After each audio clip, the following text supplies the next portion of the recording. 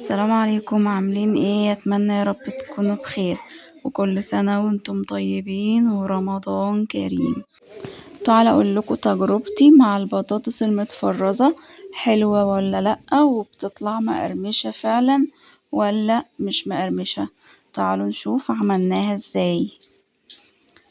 جبت كده كمية البطاطس اللي انا عايزة افرزها. تمام، هبدأ ان انا اقشرها. مش شرط تكون كل حباية قد التانية يعني، مش شرط خالص.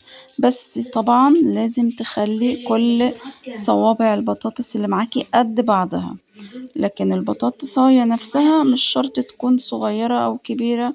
فاهمين ازاي؟ بس نحاول نخلي صوابع البطاطس قد بعضها بس مش اكتر. في بداية الفيديو طبعا نصلي على من أنار الكون توحيدا وإيمانا. اللهم صل وسلم وبارك على سيدنا محمد أفضل الخلق وعلى آله وصحبه وسلم. وطبعا ما تنسوش تدعوا لأبويا والأموات المسلمين جميعا بالرحمة والمغفرة في الأيام الجميلة اللي احنا فيها دي. اللهم ارحم أبويا وأموات المسلمين جميعا يا رب العالمين. قشرتهم كده زي ما انتوا شايفين، والقشر بتاع البطاطس اللي انتوا شايفينه ده هتقولي لي انتي بتقطعي لي كده، لان انا مش برميه، انا بقطعه كده قطع صغيره بالمقص عشان بحطه للفراخ بتاعتي. تمام، اي حاجه من بواقي الاكل انا بقطعها بنفس الطريقه وبحطها للفراخ بتاعتي، بتستفيد بيها وبتكون وجبه مشبعه لهم وكده. عاوزة اقول لكم ان الجو عندنا صعب جدا، برق ورعد واصوات صعبة جدا وشتاء رهيب، شتاء ما حصلش من بداية الشتاء بصراحة. الجو، بصوا الله المستعان. يا ريت تكتبولي في الكومنتات انتوا بتتابعوني من اي بلد والجو عندكم عامل ايه. احنا عندنا بلدنا محافظة كفر الشيخ بلطيم، الجو صعب جدا جدا جدا. حاجات بصراحة احنا ما سمعناهاش من بداية الشتاء، جاي نسمعها في اواخر الشتاء، يعني حاجة كده مش عارفة اقول لكم بايه بصراحة. اللهم صيبا نافعا ورزقا واسعا، واهد أولادنا وأولاد المسلمين جميعا، وارحم أبويا وأموات المسلمين جميعا يا رب. تقبل منا صيامنا وصلاتنا وقيامنا يا رب العالمين، احنا وإياكم يا رب. هنا كنت طبعا بخرط البطاطس بقى، دايما لازم طبعا أخلي صباع البطاطس يكون قد بعضه، وأخلي الصوبع بتاع البطاطس كده ما يكونش رفيع وما يكونش تخين قوي. فاهمين ازاي؟ يعني يكون وسط كده، عشان لو هو رفيع ما يكونش الصباع مقرمش كده وما يكونش فيه طراوة من جوه والطفل يستفيد بيها وكده. فبخلي الصباع تخين شوية علشان برضو يكون من جوه فيها تكون لحم وكده، لحم البطاطساية تكون طرية وتدي طعم جميل. هنا كنت خرطت الصوابع زي ما قلت لكم قد بعضها كده، لا رفيعة قوي ولا تخينة قوي. بعدين شطفتهم كده بمية تحت الحنفية، وبعدين حطيت عليهم مية ومعلقة ملح وسبتهم كده على جنب شوية. وبعدين البطاطس اللي معايا دي بقى هبدأ اقطعها كده مكعبات صغيرة عشان هعمل بيها وصفة تانية للبطاطس، صوابع برضو بطاطس مقرمشة، بس دي هعملها لكم في فيديو تاني عشان الفيديو ما يكونش طويل عليكم.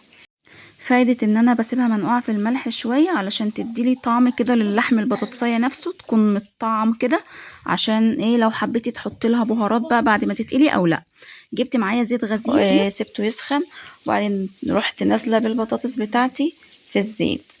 بصوا شقلب وقلب كده ثانية، وبعدين رحت شايلاهم ونزلت بيهم في بولة كده فيها مية ساقعة. تمام.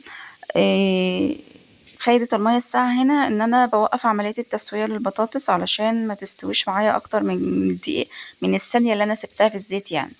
بعدين رحت مصفياها وحطيتها على فوطة نظيفة كده ناشفة. وهكرر الموضوع ده مع كمية البطاطس، هنزل بقى بجزء تاني من البطاطس في الزيت واقلب كده، شقلب واقلب كده زي ما قلت لكم ثواني، وبعدين اروح شايلاها مصفياهم كده ونازله بيهم في ميه ساقعه تاني، واروح مصفياهم تاني في المصفى. وبعد ما اصفي في المصفى اروح منزلاهم على فوطه ناشفه كده عشان ابدا ان انا انشفهم كويس جدا من الميه، عشان وانا بعبيهم في الاكياس بتاعه التفريز ما يكونش فيهم اي ميه. تمام كده زي ما حضراتكم شايفين. هنا هخلص الكمية اللي معايا بنفس الطريقة.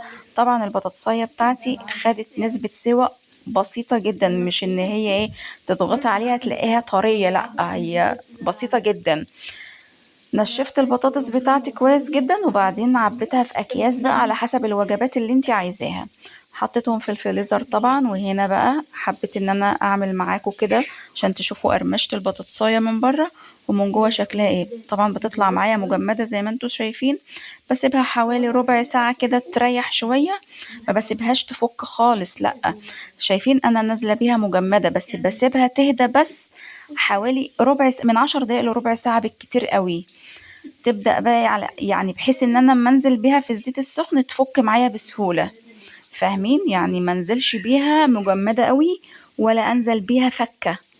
بسيبها تريح بس 10 دقايق بعد ما بطلعها من الفريزر، وبعدين اكون مسخنة الزيت بتاعي وانزل بقى في الزيت، وتطلع معايا بالقرمشة اللي انتوا شايفينها دي. ومن جوه اللحم بتاعها طري وتحفة. قرمشة من بره وطرية جدا من جوه. اظن الشكل بيتكلم عن نفسه.